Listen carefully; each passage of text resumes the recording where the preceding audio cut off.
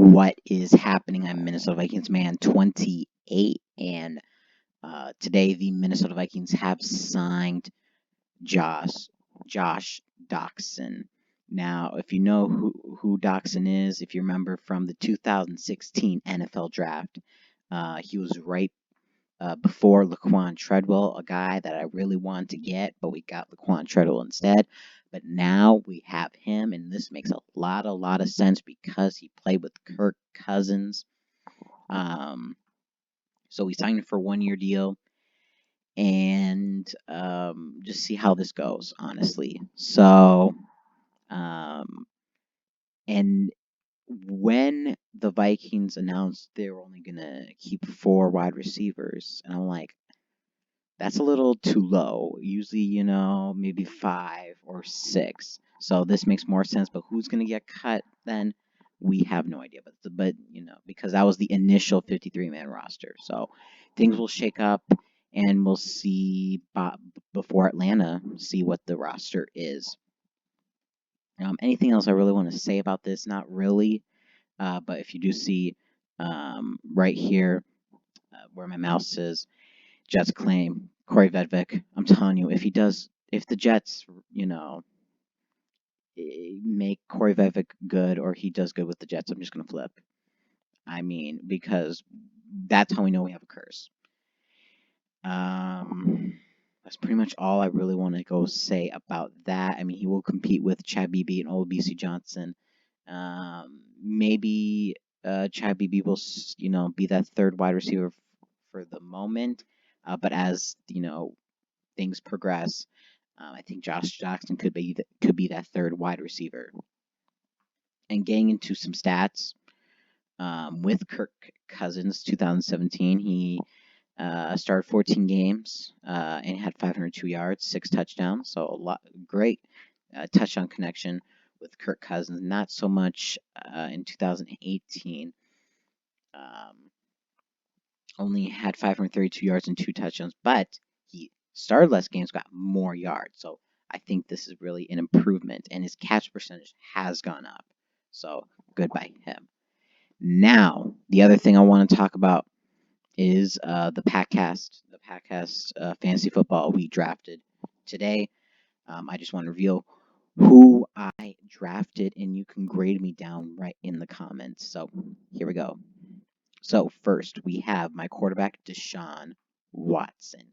Watson, I think, is one of the better quarterbacks in the draft. Usually around that number 2, number 3, but I think he's number 2. Damian Williams, I know he's sharing carries with McCoy, but I don't care. I don't care. This week he might not do so good because he's playing Jacksonville, but I still think decent pick. Chris Carson, I really don't have much of an explanation for this, but I just think Wilson will utilize him a lot.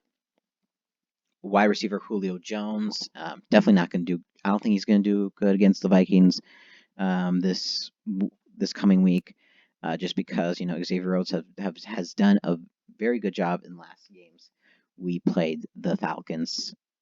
So yeah, and Jarvis Landry, of course, with Odell.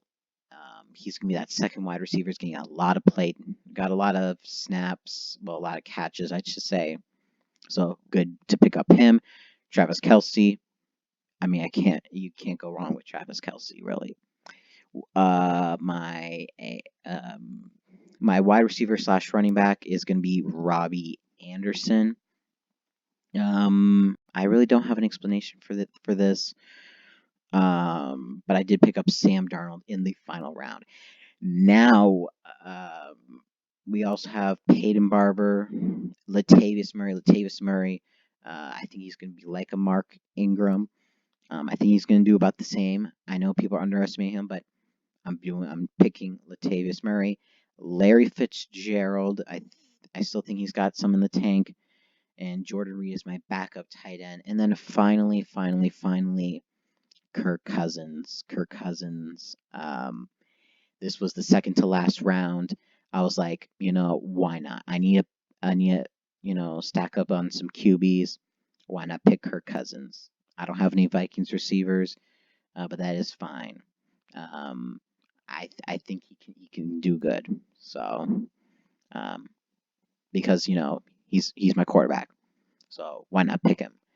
And I made the funny joke um, in the draft.